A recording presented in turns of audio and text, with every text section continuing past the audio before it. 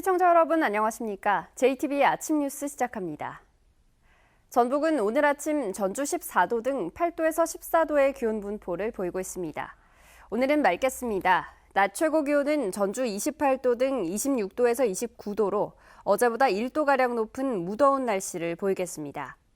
미세먼지 농도는 보통 수준을 보이겠지만 오전 한때 나쁨 수준의 농도가 나타날 수 있습니다. 내일도 대체로 맑은 가운데 낮 최고 기온이 29도까지 올라 무더운 날씨가 이어지겠습니다. 전주기상지청은 당분간 맑은 가운데 때이름 초여름 더위가 이어지다 다음 주 수요일쯤 비가 한 차례 내리면서 더위가 한풀 꺾일 것으로 내다봤습니다. 군산공항의 제주 노선은 오후에 2편밖에 없어서 전북도민들이 큰 불편을 겪고 있습니다. 내년에는 오전에 제주를 오갈 수 있는 노선이 신설됩니다. 보도에 오정현 기자입니다. 군산공항에 군산 제주를 잇는 오전 노선이 생깁니다. 전라북도와 군산시 이스타항공은 내년 3월부터 군산 제주 오전 여객 노선을 운항하기로 합의했습니다. 제주에서 오전 8시 10분에 출발해 군산에 오전 9시에 도착하고 군산에서 오전 9시 45분에 출발해 제주에 오전 10시 35분에 도착하는 노선입니다. 운항 횟수는 월요일과 수요일, 금요일, 일요일 등 일주일에 4차례입니다. 오전에 제주를 오가기 위해 광주공항이나 청주공항을 찾을 수밖에 없던 전북 도민들의 불편이 상당히 줄어들 것으로 기대됩니다. 하지만 이 노선을 만들기 위해 전라북도와 군산시가 이스타항공에 지급하기로 한 손실지원금, 착륙료 때문에 논란이 일고 있습니다. 이스타항공은 군산 제주 오전 노선을 신설하기 위해 흑자 노선인 김포 제주 노선을 포기해야 한다며 1년에 3억 1,400만 원을 요구했습니다. 평균 탑승률을 75%로 가정한 금액입니다.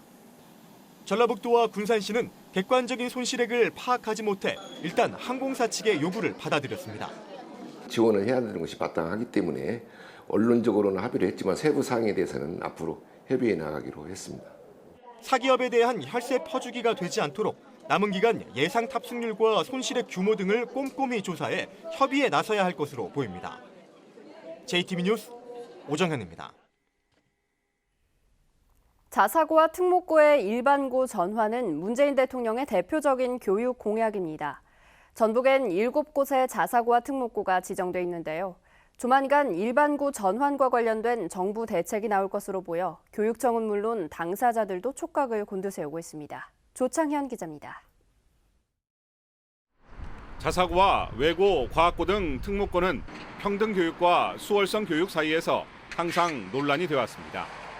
또 우수 인재를 선점해 일반고를 황폐화시키는 주범이라는 비판도 받아왔습니다. 이 같은 비판과 논란을 의식한 듯 문재인 대통령도 자사고와 특목고의 일반고 전환을 약속했습니다. 문재인 정부는 자사고와 특목고 가운데 자사고 폐지에 초점을 맞출 것으로 보입니다. 도내에는 상산고와 남성고, 군산중앙고 등 3곳의 자율형 사립고가 지정 운영되고 있습니다. 아직 구체적인 정부 정책이 나오지 않았지만 전북교육청은 새 정부의 실현 의지가 높다고 판단하고 여러 가지 가능성을 두고 검토에 들어갔습니다. 교육부 장관에게 있는 자사고 지정 취소 권한을 교육감들에게 돌려주는 것이 우선돼야 될 것 같고요. 그런 다음에 자사고 폐지에 관한 구체적인 로드맵을 짤 수 있을 것 같습니다. 당사자인 자사고는 정부 정책이 확정되면 구체적인 대응안을 마련할 계획입니다. 하지만 재단과 학교보다 학생과 졸업생, 학부모들의 반발과 저항이 만만치 않을 것으로 보고 있습니다. 학부모님들은 그거 수용을 못할 것 같아요. 어머니들이 자꾸 하고 지금도 정부에서 그렇게 발표를 했는데도 어머니들은 전혀 바뀐다는 생각을 안 갖고 있어요. 자사고는 5년마다 재지정을 위한 평가를 받습니다. 현재 도내 자사고는 2, 3년간 재지정 평가 기한을 남겨두고 있습니다. 전북교육청은 남은 기간을 인정하고 평가 시기가 도래했을 때 지정 취소를 통한 일반고 전환을 유도할 것으로 보여 양측의 극심한 갈등이 예상되고 있습니다. JTBC 뉴스 조창현입니다. 문재인 대통령의 전북 공약을 분야별로 살펴보는 순서입니다. 문 대통령은 전북 혁신도시를 금융도시로 육성하고 탄소와 안전 융복합 제품 산업을 전북의 미래 성장 산업으로 만들겠다고 약속했습니다. 이들 공약을 이행하기 위해서는 법을 개정하는 작업도 필요해 전북 정치권의 역할이 더욱 중요해졌습니다. 보도에 송창용 기자입니다. 국민연금공단 기금운용본부가 운영하는 국민연금기금은 558조 원입니다. 이미 세계 3대 연기금으로 성장했고 15년 뒤에는 기금 규모가 2천조 원을 넘을 것으로 보입니다. 문재인 대통령은 기금운용본부를 중심으로 전북 혁신도시를 서울과 부산에 이은 제3의 금융도시로 육성하겠다고 공약했습니다. 자산운용사, 투신사, 정권회사나 은행의 지점들 이런 연관되는 금융기관들 또는 또 연기금에 관한 또 연구소들 모두 여기 직별해서 여기를 하나의 금융 중심지로 그렇게 발전시켜 나가야 됩니다. 문 대통령은 또 탄소 소재와 안전 융복합 제품 산업을 전북의 미래 성장 산업으로 육성하겠다고 약속했습니다. 멈춰버린 성장 엔진을 되살리고 미래 성장 동력을 육성할 것입니다. 전북 경제 살려내겠습니다. 전북 혁신도시를 금융도시로 만들기 위해선 국제금융센터 건립과 연기금 농생명 금융교육 혁신파크 건립 등의 3,200억 원이 필요합니다. 정부 기본계획 반영이 필요한 부분입니다. 탄소 소재와 안전 융복합 제품 산업 육성에는 전북과학기술원 설립과 ICT 융합 헬스케어 벨트 조성 등의 1조 2천억 원이 소요될 전망입니다. 이 가운데 전북과학기술원과 탄소산업진흥원을 설립하기 위해서는 법을 개정해야 합니다. 정부의 종합발전 계획에 반영이 된다거나 아니면 법 개정까지 필요한 그런 사업들이 있습니다. 이런 것들은 관계 부처하고 협의해서 관련 절차를 이행하고 때문에 이들 공약을 실현하기 위해선 그 어느 때보다 전북 정치권의 역할이 중요할 것으로 보입니다. JTB 뉴스 송창용입니다. 전북의 민심을 확인한 19대 대선이 마무리됐습니다. 내년 지방선거를 앞둔 상황에서 전북 정치권에 주어진 과제는 만만치 않습니다. 김철 기자입니다. 지난해 국민의당으로 기울었던 전북 민심이 올 대선에선 문재인 후보를 선택했습니다. 문재인 후보는 전북에서 64.8%를 얻어 안철수 후보의 전북 득표율 23.8%보다 3배 가까이 높았습니다. 이제 지역 정가의 관심은 자연스럽게 1년 앞으로 다가온 지방선거에 쏠려 있습니다. 이 시점에서 전북 정치권에 주어진 과제는 만만치 않습니다. 민주당은 성실한 공약 이행, 그리고 국민의당을 비롯한 야당은 견제와 협치의 정신을 보여줘야 합니다. 여당인 민주당의 가장 큰 과제는 대통령의 전북 공약을 이행하는 겁니다. 전북 몫의 인사와 예산을 따로 챙겨야 오랫동안 차별받은 전북이 뒤늦게 균형 발전을 꾀할 수 있습니다. 전라북도를 별도 권역으로 만들어서 인사와 예산, 사업에서 처벌받지 않겠다 하는 약속을 했습니다. 그 약속 지키지 못한다고 하면 저부터 문재인 대통령과 싸우겠습니다. 국민의당은 내년 지방선거를 앞두고 경쟁력 있는 후보를 영입해야 합니다. 원내 대표에 도전했던 유성엽, 김관영 의원이 모두 쓴 잔을 마심에 따라 전북의 정치력을 키우는 것도 숙제입니다. 야당 본연의 견제 기능도 잊지 말아야 합니다. 새만금 전담 비서관이 아니라 지역 균형 발전과 관련된 부서를 두게 됐는데요. 이번 임기 내에 뭔가 새만금 사업을 좀 마무리하겠다는 그런 의지가 좀 퇴색된 거 아닌가. 그리고 또 감시하고 견제하려고 합니다. 여당과 야당이 무조건 싸우는 게 아니라 사안에 따라 서로 돕는 상생의 정치, 이른바 협치도 시험대에 올랐습니다. 기본적으로는 이제 야당과의 어떤 협치를 통해서 안정적인 국정 운영이 될 수 있도록 하는데 그런 방향에서 노력을 해야 될 걸로 보고 있고요. 촛불혁명이 가져온 19대 대선이 끝났습니다. 지난 겨울 시민들은 나라다운 나라를 희망하며 촛불을 들었습니다. 이제 정치권이 촛불의 요구에 응답할 차례입니다. JTB 뉴스 김철우입니다. 내일 전주에서 개막하는 20세 이하 월드컵이 초반 흥행을 예고하고 있습니다. 한국팀 개막전의 입장권이 매진 직전이고 예선 2차전 경기가 있는 날도 60% 이상 팔렸습니다. 권대성 기자가 보도합니다. 전주시청에 마련된 U20 피파 월드컵 입장권 판매소입니다. 입장권을 사려는 시민들의 발길이 이어집니다. 당연히 의미가 있죠. 직접 보는 거하고 중계하고는 당연히 그 생동감 있게 전체적으로 움직이는 선수들이 움직이는 걸 다 볼 수가 있잖아요. 그래서 뭐 애국 선수들도 보고. 개막일 입장권은 한국팀 경기와 휴일까지 겹쳐 매진을 앞두고 있습니다. 전체 38,800장 가운데 95% 이상인 36,800장이 팔렸습니다. 한국팀의 예선 2차전이 열리는 날인 오는 23일 입장권도 평일이지만 60% 넘게 팔렸습니다.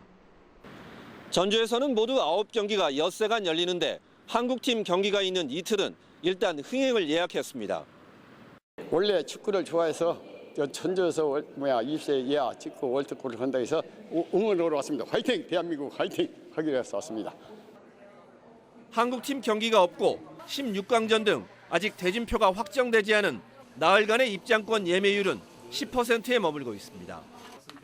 전주시와 전라북도 축구협회는 기자회견을 열고 도민과 축구 팬들의 참여를 요청했습니다. 한국 팀도 많은 응원을 부탁드리고 다른 나라 팀들도 좋은 팀이 왔으므로 운동장에 와서 좋은 응원을 부탁드리겠습니다. U20 월드컵 입장권은 경기 당일 현장 구매도 가능하고 예선전까지는 한 장의 표로 2경기를 볼 수 있습니다. JTB 뉴스 권대성입니다. 군산 비안도 주민들은 새만금 개발로 지난 2001년 여객선 운항이 끊긴 뒤 큰 불편을 겪고 있는데요. 뱃길이 16년 만에 다시 열릴 가능성이 높아지고 있습니다. 김진형 기자가 보도합니다.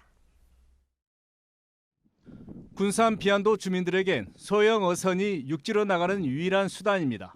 그나마 배를 탔더라도 파도가 높게 일면 내내 불안에 떨어야만 합니다. 배가 반드시 가는 게 아니라 밀려서 가다 보니까 파도가 상당히 이루어져가지고 이 뒤틀림이 되는 거예요. 이렇게. 그럼 그냥 그 어르신들이 막 눈을 감고 막 그러고 계시는 거예요. 지난 2001년 새만금 개발로 뱃길이 끊긴 뒤로 여객선 운항 재개는 군산과 부안의 새만금 행정구역 갈등에 막혀왔습니다. 여객선이 운항하기 위해서는 가래강을 이용해야 하지만 부안군이 새만금 1공구에 대한 관할권을 주장하며 반대했기 때문입니다. 그런데 뱃길이 끊긴 지 16년 만에 여객선 운항이 재개될 가능성이 높아지고 있습니다. 군산시와 부안군이 상생 협의회를 열고 비안도 여객선 운항 재개에 대해 논의했습니다. 군산시와 부안군은 소형급 여객선이 운항하는 방안에 대해 긍정적인 방향으로 의견을 모았습니다. 배는 10톤 클래스로 하고 기항지는 가래강으로 하고 막지는 비안도 항에다 하겠다. 그거 좁으니까 그런 얘기를 좀 해주고 그랬어요. 다음 달 협의회를 열고 최종적으로 여객선 운항을 결정하기로 했습니다. 군산시하고 부안군도 협약을 체결하려고 그래요. 5월 말 정도. 끝나고 나머지 이제 절차는 이제 군산시에서 알아서 하는 거죠. 유도선 인허가 절차는. 뱃길 재개 논의가 무르익으면서 16년 동안 큰 불편을 겪었던 비안도 주민들의 기대감이 높아지고 있습니다. JTB 뉴스 김진영입니다. 동학농민혁명 유적이 곳곳에 남아있는 정읍에서 김계남 장군의 고택을 복원합니다. 완주군은 오는 24일부터 시내버스 노선을 일부 조정합니다. 보도에 주혜인 기자입니다. 동학농민혁명을 이끈 3대 수장 가운데 한 명인 김계남 장군. 정읍시가 김계남 장군의 고택을 복원하기 위해 문화재 시굴 조사를 합니다. 그동안 고택터에서는 기와편과 분청사기 등 다양한 유물이 발굴됐습니다. 완주군이 오는 24일부터 시내버스 노선 일부를 조정합니다. 이번 노선 조정은 지난 2월 시내버스 노선을 전면 개편한 뒤 주민들의 민원과 불편 사항을 듣고 마련했습니다. 우르굴에서는 앞으로도 주민의 교통 편익을 위해 지속적인 모니터링을 통해 개선 방안을 모색해 나가겠습니다. 춘향전과 흥부전의 뒷이야기를 해학과 풍자로 풀어낸 창작극 월매를 사랑한 놀부가 무대에 오릅니다. 남원 시립국악단이 준비한 이 공연은 9월 말까지 매주 광안로원 수상무대에서 펼쳐집니다. 35사단 장병들이 임실 향교와 필봉농악 전수관 등에서 유색복을 입고 예절 교육을 받았습니다. 이번 프로그램은 임실군과 전라북도 문화재청이 전통문화에 대한 이해를 높이기 위해 함께 마련했습니다. JTB 뉴스 주혜인입니다.